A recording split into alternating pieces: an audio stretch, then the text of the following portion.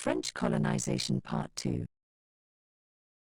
It was the summer of 1673, and two unlikely adventurers, Jacques Marquette, a Jesuit priest with an insatiable curiosity for souls and maps, and Louis Joliet, a fur trader with dreams of profit and progress, embarked on a journey down the veins of America.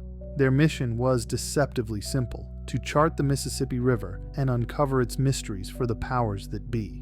But this was no cartographic exercise. It was a fever dream wrapped in Jesuit robes and fur-trading grit, an odyssey of discovery that would ripple through the centuries. The river, a majestic force of nature, was wild, untamed, and massive, a liquid highway slicing through the continent, linking distant cultures and untold resources. To Marquette, it was a divine challenge, a chance to spread the gospel to uncharted tribes. To Joliet, it was a potential jackpot, a commercial gold mine waiting to be exploited. Together, they paddled their way into history, armed with notebooks, rudimentary maps, and a healthy respect for the indigenous guides who knew where they were going. The journey's success hinged not on European arrogance, but on a rare moment of mutual respect and cooperation. Indigenous communities, particularly the Quapaw, shared knowledge that no Jesuit prayer or European map could provide. These were not mere subjects to be civilized. They were partners, crucial links in a chain of peaceful exchange. Their invaluable knowledge guided Marquette and Joliet to the revelation that the mighty river emptied into the Gulf of Mexico, not the Pacific.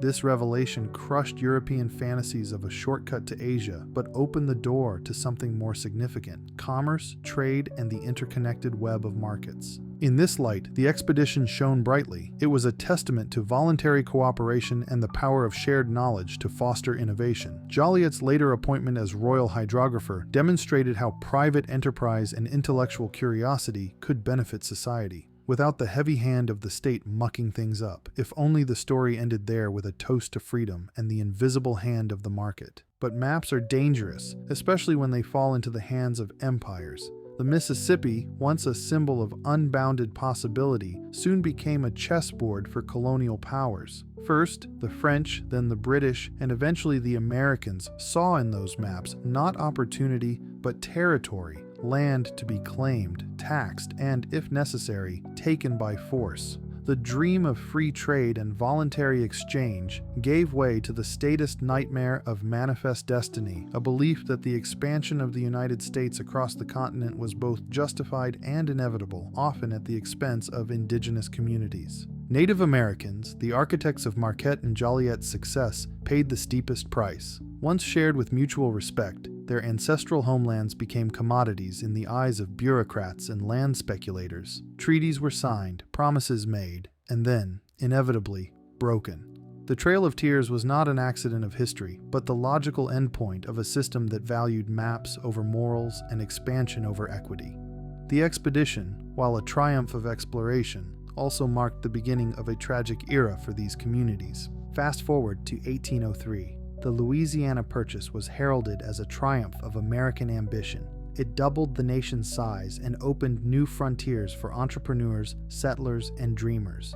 Yet, for all its promise, it also expanded the federal government's reach and set the stage for an imperial presidency. Thomas Jefferson, that icon of limited government, justified an enormous exercise in executive power, a paradox not lost on anyone paying attention. This paradox highlights the central tension of Marquette and Joliet's legacy. The interplay between liberty and power. Their journey proved that the continent could be navigated, mapped, and connected, but it also showed how knowledge, once liberated, could be weaponized to justify coercion, displacement, and centralized control. What began as a story of voluntary cooperation ended in a tale of overreach. Today, the Marquette-Joliet expedition serves as a cautionary tale, a reminder that pursuing knowledge and progress is rarely neutral. Exploration can inspire entrepreneurship, foster cultural exchange, and deepen our world understanding, but it can also pave the way for coercion, dispossession, and the erosion of individual freedoms. The challenge is clear.